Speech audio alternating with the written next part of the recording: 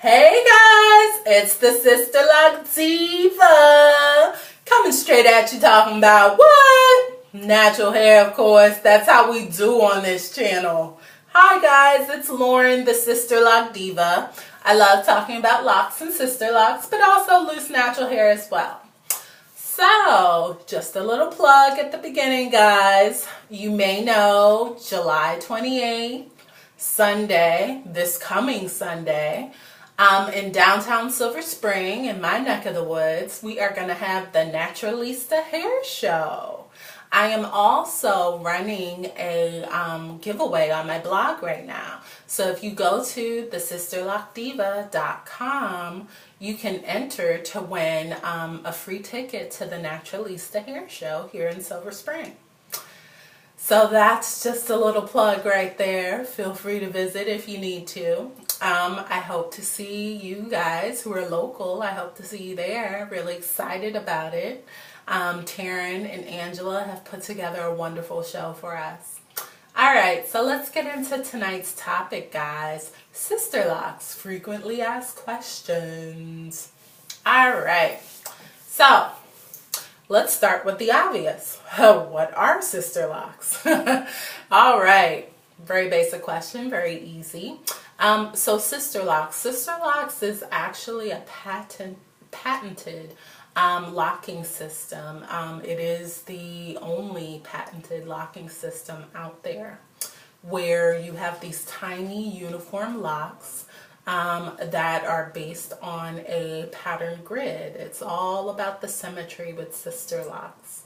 Not only do you want them to be an even size, gonna kind of let you explore my hair a little bit. Sorry, I haven't washed it, so might be a little dirty, but you'll get the point. So here is my nice center part. Anybody who has sister locks should have a nice even center part, definitely. Second thing that kind of to really point out about sister locks, you notice even if I part from the center that I have straight parts, and I can't show you that easily in this video. However, you should have an equal number of locks in every single row. You should notice that symmetry front to back, side to side. That is something else that sets sister locks apart from traditional locks.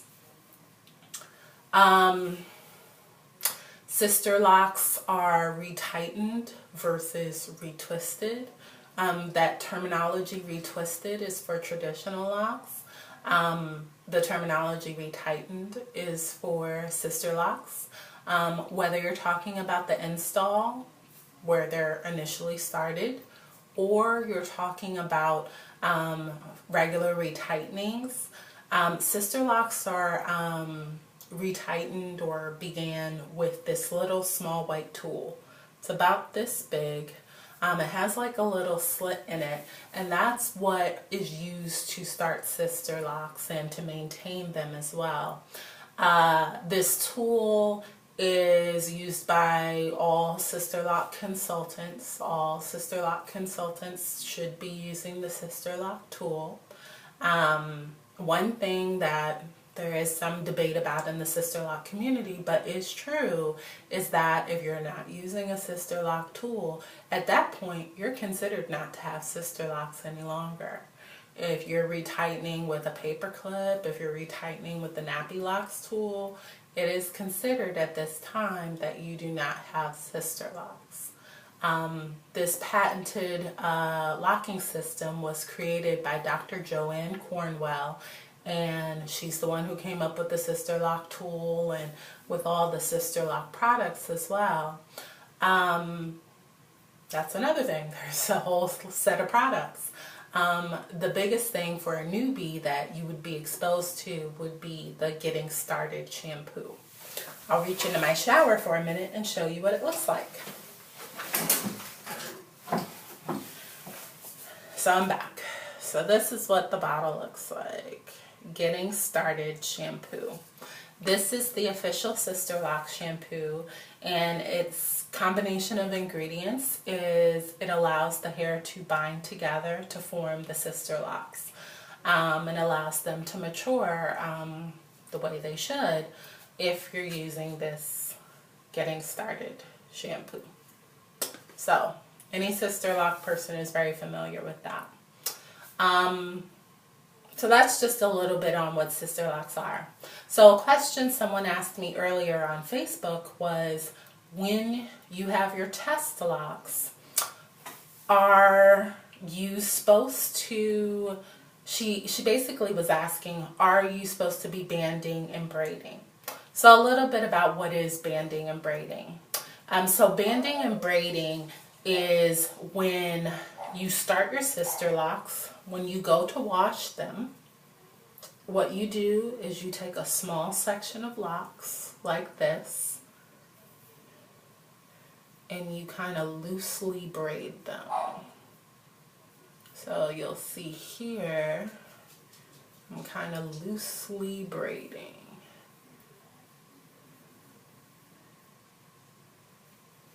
Okay, and I would do this all the way till I got to the end. And I would tuck it under and secure it here with a rubber band. The reason why I want to do that is so my Sisterlocks, my new Sisterlocks, will not unravel. So the question, do you do that when you have just your test locks in? The answer is no. You don't band and braid when you have test locks. You should just wash how you would, because the consultant really needs to see how are they responding to a typical wash, because that's what allows them to decide what pattern to use on you. Another typical question I get is, I don't get it. What's the difference between traditional locks and Sisterlocks? What makes those Sisterlocks so special? So, there are many differences, but if we think about the origins, they are different. So with traditional locks, kind of where the origin comes from, I mean, we have origin tracing all the way back to biblical times, where based on the language used in the Bible, you can definitely say that people in biblical times had locks. Where Sisterlocks don't date back quite that far. They date back to the mid-90s, when Dr. Joanne Cornwell started and kind of founded, I guess, Sisterlocks in a way.